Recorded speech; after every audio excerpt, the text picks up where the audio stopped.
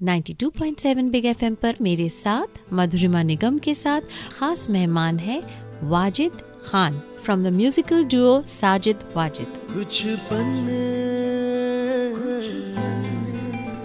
जिंदगी के, आपको तो पता है एक वक्त था जब आपके इतने हिट गाने थे जिसे हम इंडस्ट्री में कहते हैं कि टॉप थे जी, और फिर सडनली एक टॉप के बाद ड्रॉप हुआ।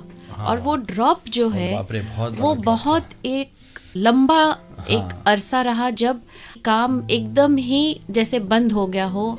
जनरली लोग अकेले अकेले काम करते, अपने स्ट्रेस अकेले संभालना पड़ता है। यहाँ आप दो भाई थे जिनके साथ काफ़ी सारे लोग फैमिली थी, तो आप ना ही केवल खुद को संभाल रहे थे, आपके भाई को भी संभाल रहे हैं, आपस में आप लोग दोनों एक दूसरे को प्रोफेशनली पर्सनली संभाल रहे हैं, साथ में इतने सारे लोगों को संभाल रहे हैं। And that period was really very long. वो पीरियड मैं कभी नहीं भूलता अपनी ज़िंदगी में, बल्कि वो ही एक दिन है जो याद रहते हैं। तो ऐसा लगता है कि अभी जो होता है अच्छे के लिए होता है, क्योंकि वो जो एक डाइव थी, वो जंप बहुत डेंजरस जंप थी, क्योंकि वो एक आप ऑलरेडी 10-15 पिक्चर अ ईयर कर रहे हो और उसके बाद में आपके पास एक भी पिक्चर ना हो, और वो भी आपके पास अगर आप काम करते करते अगर 2 साल तक के आपने स्टूडियो की शक्ल भी ना देखी हो तो कैसा लगेगा। सो इट वाज लाइक कभी कभी लोग बाग ऐसे सोचते थे, हालांकि हम लोगों ने कभी नहीं सोचा ऐसा कि शायद दिस इज़ द एंड। तो करीबी लोगों ने बहुत बातें कही, कहा कि आप एक काम करो, कब तक ये ज़िंदगी में ये काम करते रहोगे, छोड़ दो ये काम, नौकरी कर लो कहीं पे, यू आर एजुकेटेड गए, आपको कहीं ना कहीं कुछ तो नौकरी मिल जाएगी। कुछ लोगों ने ये कहा कि अब इतने 2 साल में काम नहीं मिला तो आगे क्या मिलेगा। डीमोरलाइज करने वाले तो लोग ज़्यादा होते हैं, बहुत ज़्यादा थे। मैं रोज़ घर से ये निकलता था कि मैं काम पर जा रहा हूँ, और मैं जू होटल जाता था।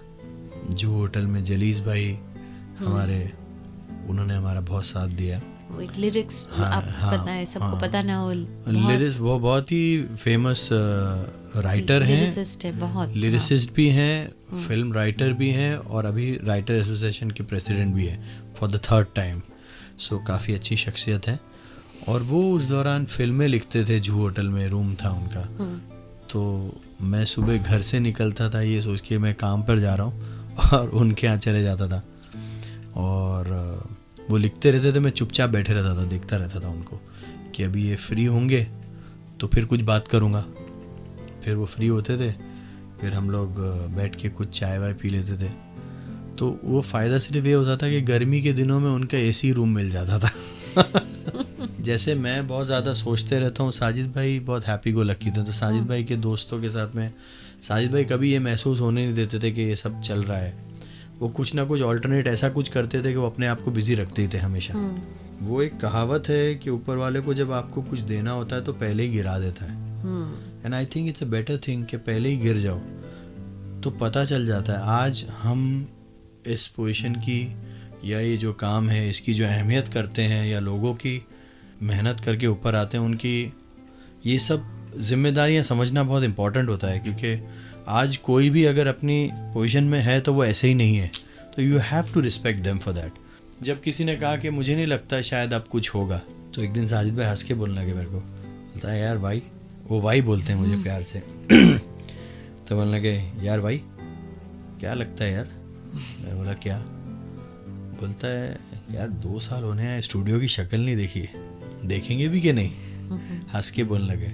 तो मैंने बोला ये तो अल्लाह मालिक ही है, देखेंगे या नहीं देखेंगे, लेकिन हाँ इतना ज़रूर पता है कि we are on right track, so we can not go wrong, it's just a matter of time, and that's where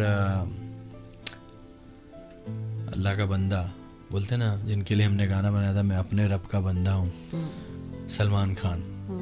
Salman भाई से मुलाकात हुई थी हमारी पहले भी, तेरे नाम की शूटिंग चालू थी, तो he was very happy to see us. तो बैठे हमने उनकी वैन में, बिरयानी आई खा रहे थे हम लोग। वी एज ये 1.5-2 साल बाद की बात है, जब काम हम कुछ नहीं था, तो एक one fine day we just found out कहाँ है सलमान भाई, और ऐसे चले गए, और कुछ ऐसा सोच के भी नहीं गए। तो उन्होंने गाने सुनाए, हिमेश के गाने तेरे नाम के, ऑल वेरी गुड सॉन्ग्स थे, वेरी नाइस सॉन्ग्स। इसे कैसे लगते हैं? बोले मैंने बहुत अच्छे गाने, very nice songs and all. और तुम इसके ऊपर दे सकते हो मस्ती में दे सलमान। तो मैंने ज़रूर, इसके ऊपर क्या, वो तो हम लोग फिर वो एटीट्यूड तो मतलब काम में तो वो रखता है ना। मैंने बोला हाँ क्यों नहीं। फिर बोलने के और लेकिन बताओ काम वाम कैसे चल रहा है? तो जैसे हमने बताई कि ये सिचुएशन चल रही है तो चुप हो गए सलमान भाई। कहने लगे क्या बात कर रहे हो यार? ना हाँ भाई है, दिस इज़ अ फैक्ट, है था ऐसा है।